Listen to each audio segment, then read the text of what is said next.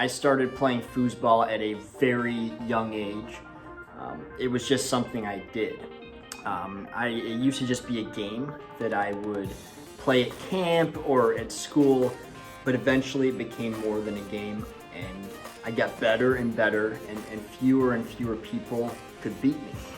I started going to regional competitions, then that morphed into national competitions, and eventually I'm at a point now where I'm challenging for the world title. Never did I think that I would end up in this position, that I would be where I am today. I've already proven that I have amazing potential, and now I'm at a point where it's about taking things to the next level. The other major player on the international scene that I really need to be worried about is Sean. He's just frankly an outstanding player, and I need to find ways to improve, not just to improve my gameplay, but to also give myself the best chance of beating him. He's unlike any player I've ever seen before. He is methodical, he's careful, he's precise, and he really thrives off of throwing you off your gameplay and messes with your timing.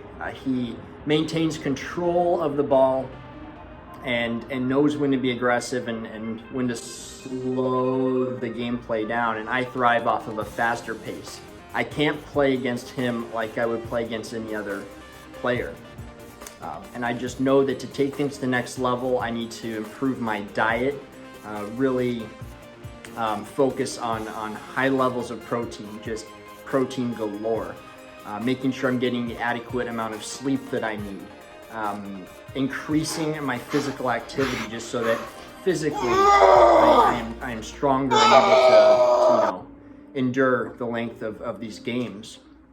I also need to find ways to work on my reflexes, and I have a personal trainer now, and we're doing exercises on a regular basis just to take things to the next level, and that's just hopefully one less thing to think about on game day. It's also about blocking out external distractions that might affect my training. It's going to take everything that I have to beat him, and I just need to be as physically and mentally prepared as I can be so that I come out victorious on game day. Yeah, I first started playing foosball in the French Alps from as early on as I can remember. I had good friends who owned a table, and they would just beat me over and over and over. Those were the days I used to spin to win. Man, what a bad idea. You lose control so fast. Over the years, I got better though. It was a fun hobby. Once I started winning more often, and finding less people who could beat me, it definitely became more than just a hobby though. I graduated from high school, took a gap year to study theology out in Colorado, and that's where I met the Germans and the Austrians. Eventually became my teammates and mentors. We had 5 hours of lecture a day with 10-minute breaks between every lecture. Most of those breaks were spent at the foosball table. We played a lot of doubles, and these players were amazing defense players. I'm talking regularly scoring from the goalie with hammer shots kind of skill. I found my niche as an offensive player in that environment. Because when defense is rock solid, you have to be creative with your play style. I learned wall shots, the slippery finish, and the flash. It's my own signature move. The next year I began to study mechanical engineering, and dude, foosball is all mechanics. I started to feel unbeatable. Then there was this one guy. Bryce is relentless.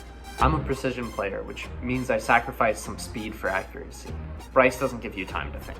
His play style is to ruthlessly barrage you with shots, knowing statistics will eventually have him score. It's a possession game. Physically, he's just a beast. He has endurance, mental toughness. He runs marathons for breakfast. He eats 24 eggs a day. And he has good form too. Not that he needs it.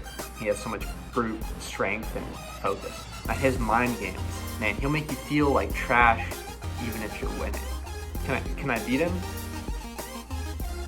I think I can. I'll need to play on my own terms though. Slow him down, cool off the pressure a bit. He thrives on pressure. Man, it could be anyone's game.